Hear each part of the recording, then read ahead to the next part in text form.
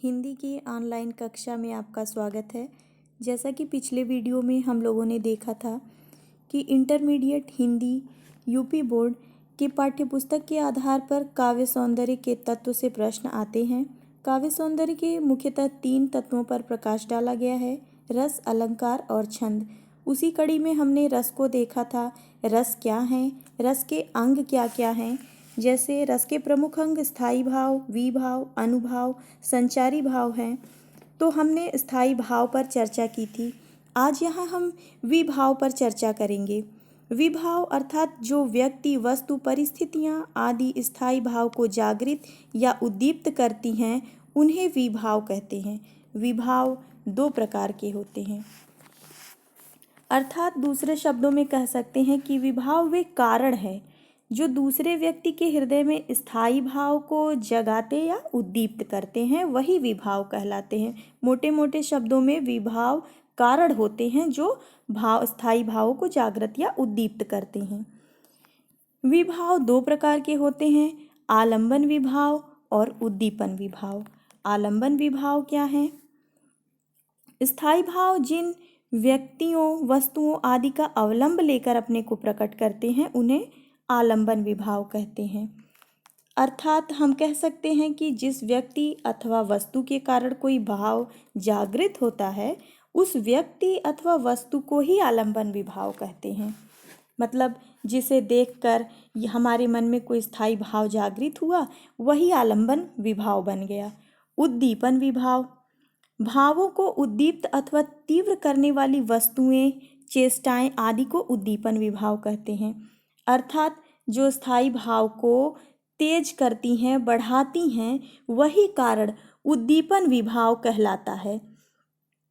आलंबन की चेष्टा तथा देश काल, ये सभी जो चीज़ें होती हैं वो उद्दीपन विभाव के अंतर्गत आती हैं। जैसे उदाहरण के स्वरूप हम देख सकते हैं कि किसी भी छंद में जहाँ रस की निष्पत्ति हो रही होती है, वहाँ पर नायक और नायिका आलंबन विभाव होते हैं और उद्दीपन विभाव वहाँ का वातावरण, उद्यान, शीतल मंद सुगंधित पवन, भ्रमर, गुंजन इत्यादि चीज़ें आती हैं। आगे हम देखते हैं अनुभाव क्या हैं। अनुभाव आश्रयगत आलंबन की उन चेष्टाओं को जो उसे स्थायी भाव का अनुभव कराती हैं, अनुभाव कहते हैं।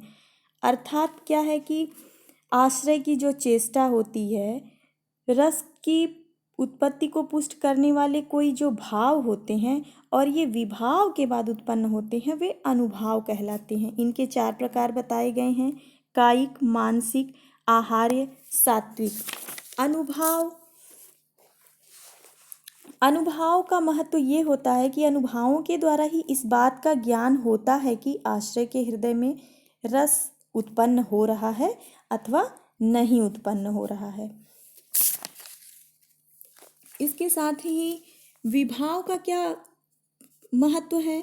विभाव स्थायी भाव को जागृत या उद्दीप्त, जैसे हमारे हृदय में कोई रति नामक स्थायी भाव है, तो उस भाव को और अधिक तेज करने वाला, उद्दीप्त करने वाला जो कारण बनता है, वही विभाव कहलाता है। और विभाव का यही कारण होता है कि जागृत तथा उद्दीप्त स्थायी भाव ही रस का रूप प्राप्त करते हैं, इसलिए इनका अत्यंत महत्व है। इसके बाद आते हैं चौथे तत्व पर, संचारी भाव, जिसे हम व्यभिचारी भाव के नाम से भी जानते हैं। आश्रय के चित्त में उत्पन्न होने वाले अस्थिर मनोविकारों को संचारी भाव कहते हैं। इन्हें व्यभिचारी भाव भी कहते हैं। इनकी संख्या 33 मानी गई है, जो इस प्रकार है: निर्वेद, आवेग, दैन्य, श्रम, मद, जड़ता, उग्रता, मोह, विबोध, स्वप्न, अपस्मार, गर्व, मरण, आलस्य, आमर्ष, निद्रा, अविहित्था, उत्सुकता, उन्माद, शंका, स्मृति, मति व्याधि, संत्रास, लज्जा, हर्ष, असूया, विषाद, धृति, चपलता, ग्लानि, चिंता और वितर्क। स्थायी भाव उत्पन्न होकर नष्ट नहीं होते हैं और संचारी भाव पानी के बुलबुलों की भांति बनते बिगड़ते रहते हैं। कहने का भाव यह है कि जो संचारी भाव होते हैं वो समुद्र में जैसे लहर उत्पन्न हो रही हो और फिर उसी में मिल जाती है, उसी प्रकार ये संचारी भाव जो होते हैं ये स्थायी भाव का सहयोग करते हैं, उनको पुष्ट करते हैं, लेकिन इनका अस्तित्व कुछ ही समय के बाद समाप्त हो जाता है। और सबसे खास बात है कि अनेक प्रकार के जो संचारी भाव हैं 33 प्रकार के, वो अलग अलग रसों में मिल सकते हैं। अब इनका क्या कार्य है? रस की निष्पत्ति में ये जो संचारी भाव होते हैं ये स्थायी भाव को पुष्ट करते हैं और स्वयं समाप्त हो जाते हैं। लेकिन इनका कार्य ये होता है कि जैसे जो स्थायी भाव रति नामक स्थायी भाव है, तो उसके साथ ये उसको उस भाव को गति और व्यापकता प्रदान करते रहते हैं। गति और व्यापकता से तात्पर्य यह है कि जो स्थायी भाव है वो और पुष्ट होता चला जाता है और ये पानी के बुलबुलों की भांति स्वयं तो विलीन हो जाते हैं, इनका महत्व नगण्य हो जाता है। तो इसी क्रम में हम रस और उसके स्थायी भाव पर भी चर्चा करेंगे कि कौन कौन से प्रमुख रस हैं और उनके प्रमुख स्थायी भाव क्या हैं। पाठ्यपुस्तक में 10 प्रकार के रसों के बारे में बताया गया है। जैसे श्रृंगार रस और इसका स्थायी भाव होता है रति। यह रति क्या है? ये नायक और नायिका के मन में बसा हुआ प्रेम होता है। हास्य रस जिसका स्थायी भाव है हास अर्थात हंसी, जैसे किसी की विचित्र वेशभूषा आदि को देख करके या किसी की विचित्र वाणी को सुन करके हमारे हृदय में हंसी उत्पन्न होती है, एक मनोविनोद हो जाता है, तो वो हास्य कहलाता है रस। करुण रस जिसका स्थायी भाव है शोक। शोक हमें तब होता है जैसे हमारा कोई प्रिय बंधु हो, किसी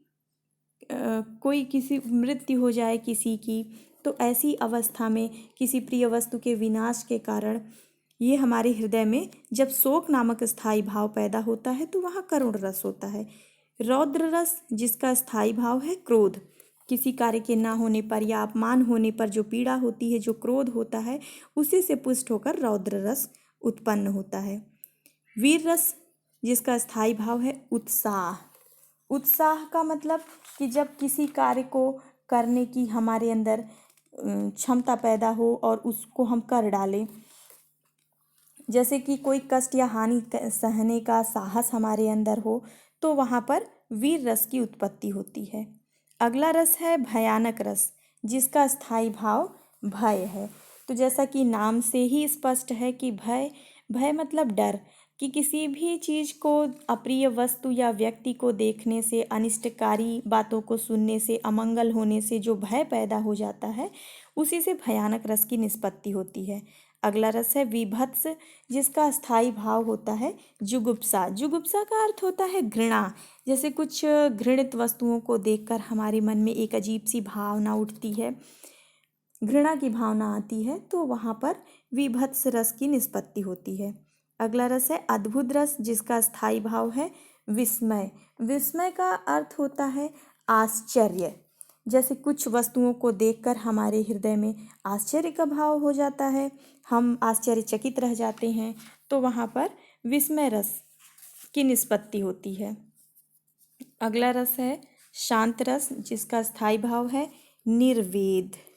निर्वेद मुख्यतः ऐसी मन स्थिति को कहा जाता है जहाँ न सुख की भावना होती है, न दुख होता है, न द्वेष, न कोई राग होता है, अर्थात वैराग्य की जब स्थिति होती है तो उसे हम कह सकते हैं कि शांत रस की निष्पत्ति यहाँ पर होती है और वहीं पर हृदय में निर्वेद नामक स्थायी भाव पैदा होता है। अगला रस है वात्सल्य रस जिसका स्थायी भाव है वात्सल्य।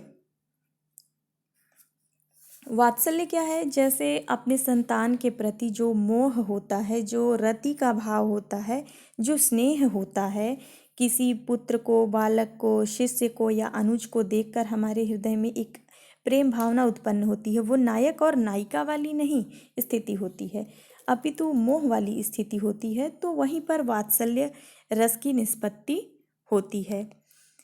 इस प्रकार से आज हमने देखा कि विभाव क्या हैं, उनके महत्व क्या हैं, अनुभाव क्या हैं, संचारी भाव क्या हैं और रस और उसके स्थायी भाव क्या हैं। तो इसी कड़ी में मैं आपको एक काव्य पंक्ति के माध्यम से बताना चाहूँगी कि इसको पुष्ट करना भी चाहूँगी, इसको बताना भी चाहूँगी कि किस प्रकार रस के कौन कौन से अंग इसमें प्राप्त हुए हैं। देखते हैं। दूल्हा श्री रघुनाथ बने, दुलही सिय सुंदर मंदिर माही। गावती गीत सबय मिली सुंदरी, वेद जुआ जुरी विप्र पढ़ाई। राम को रूप निहारती जानकी, कंकन के नग की परछाही। यातय सबय सुधि भूली गई, करटे की रही पल टारत नाही। यहाँ पर ये बहुत ही प्रसिद्ध पंक्तियाँ हैं जो श्रृंगार रस के रूप में उदाहरण के लिए दी जाती हैं। अब इस पद में क्या है कि स्थाई भाव रति है। रति अर्थात प्रेम। यहाँ पर राम और सीता का प्रसंग दिया गया है। तो राम के रूप को जब सीता निहारती हैं तो उसी समय उनके हृदय में रति नामक स्थाई भाव पैदा होता है। यहाँ पर राम आलंबन है, जो सीता है वो आश्रय हैं। और ये अगला जो दिया गया है, अगली पंक्ति दी गई है, कंकन के नग की परछाई। नग में पड़ने वाला राम का जो प्रतिबिंब है वो उद्दीप्त कर रहा है रति नामक स्थाई भाव को। उसमें जो राम की परछाई दिख रही है सीता को, तो उससे उनके हृदय की भावनाएं और उद्दीप्त होती हैं। उस प्रतिबिंब को देखना, हाँ, करटे की रही पल टारती नाही, कि वो उस प्रतिबिंब को लगातार देख भी रही हैं और पलकें नहीं हटा रही हैं, हाथों को टेक रही हैं। तो ये जो उनके क्रियाकलाप हैं वो अनुभाव कहलाए यहाँ पर। और उनके मन में वो एकदम हम आश्चर्य में भरी हुई हैं, खुशी की लहर उनके हृदय में दौड़ रही है और एक तरह से वो जड़वत हो गई हैं। तो ये संचारी भाव हैं। ये सब मिलाकर के रति नामक स्थाई भाव को पुष्ट कर रहे हैं। इसलिए इस पद में श्रृंगार रस की निष्पत्ति हुई है। उम्मीद करते हैं कि आपको ये चीज़ें समझ में आ गई होंगी। धन्यवाद बच्चों।